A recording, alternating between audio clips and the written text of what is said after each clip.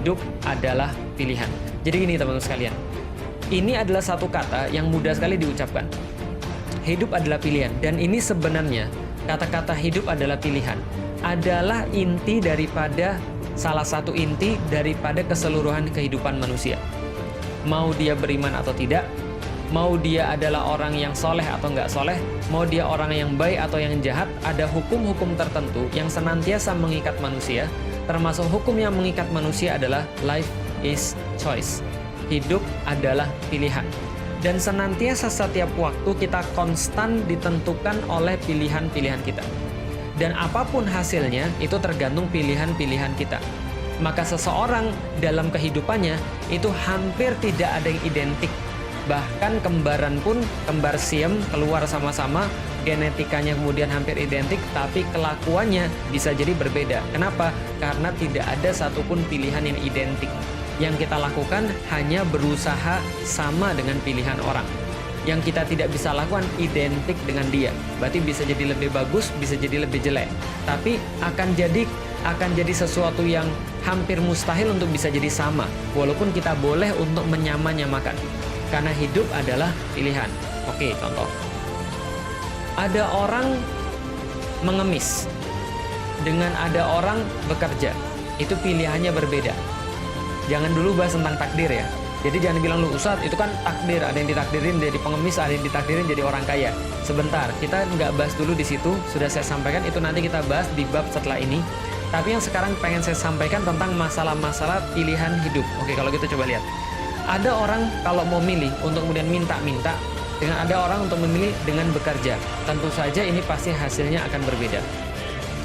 Ada orang milih untuk metik gitar, sama-sama metik gitar. Tapi satunya metik gitarnya di konser, dengan satunya metik gitarnya di jalanan, ngamen. Tentu saja pasti hasilnya juga berbeda. Maka apapun yang kita pilih, itu akan membuat kita menjadi berbeda. Makanya, kalau kita sampaikan, hidup kita yang sekarang ini adalah hasil pilihan-pilihan kita di masa lalu. Sedangkan apapun yang terjadi pada kita ke depan, itu pasti akumulasi dari kehidupan kita yang sekarang. Hidup adalah pilihan, dan tidak ada yang namanya ujuk-ujuk. There is no such things as ujuk-ujuk. Kenapa? Karena semua pasti akumulasi daripada pilihan. Contoh, kalau ada orang datang pada Anda, badannya berotot, itu tandanya dia sudah pasti sudah pernah fitness. Nggak mungkin dia lahir sudah berotot. Kalau ada orang datang kepada Anda, lalu kemudian dia sangat fasih dalam berbicara, maka dia pasti bukan pertama kali bicara pada Anda. Dengan kata lain, kalau ada orang yang datang kepada Anda tergagap-gagap ngomongnya, berarti dia belum cukup latihan berbicara dan dia belum cukup berbicara banyak di depan umum. Hidup adalah pilihan. Kita yang sekarang harus kita akui adalah hasil pilihan-pilihan kita di masa yang lalu. Dan kita ke depan adalah hasil daripada pilihan yang sekarang. Kalau seandainya kita nggak suka dengan keadaan kita yang sekarang, kalau kita nggak senang dengan keadaan kita yang sekarang, yang pertama harus diakui adalah itu adalah hasil sama dengan dari apapun yang telah kita tambahkan, kalikan, kurangkan, bagikan di belakang sama dengan itu. Maka kita yang sekarang adalah hasil daripada apapun yang telah kita pilih di masa-masa yang lalu. Mau Anda milihnya sadar, mau Anda yang nggak milihnya sadar, Anda yang sekarang adalah hasil daripada di masa yang lalu. Kalau Anda mau merubah, mudahnya.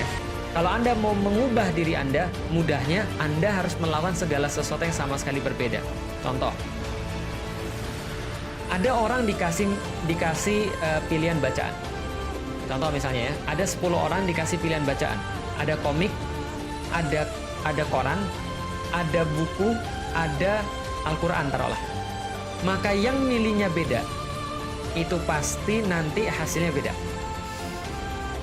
Makanya kemarin saya cerita ya tentang Mikdam gitu kan ya, tentang Mikdam.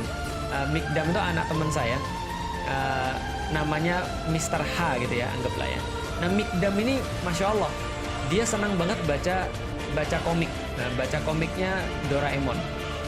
Lalu kemudian suatu waktu ibunya tuh baca berita tentang satu tokoh publik yang terkenal sekali.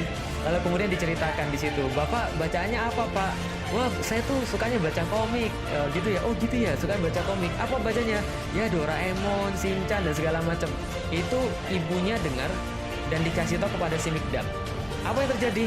Langsung besoknya ibunya kaget. Kenapa? Melihat Mikdamnya tiba-tiba bawa satu kotak kardus isinya komik Doraemon semua. Lalu ibunya bilang, Mikdam ini mau dikemanain Mikdam? Mikdamnya bilang, mau saya buang. Dengan wajahnya yang sangat plain, karena kalau ketemu dengan Mikdam wajahnya plain banget. Saya buang. Loh kenapa dibuang? Terus dia diem aja. Tapi ya ibunya ngerti kenapa dibuang, karena mungkin di benak anak ini adalah hidup adalah pilihan gitu kan ya. Kalau misalnya dia melakukan hal yang sama seperti tokoh yang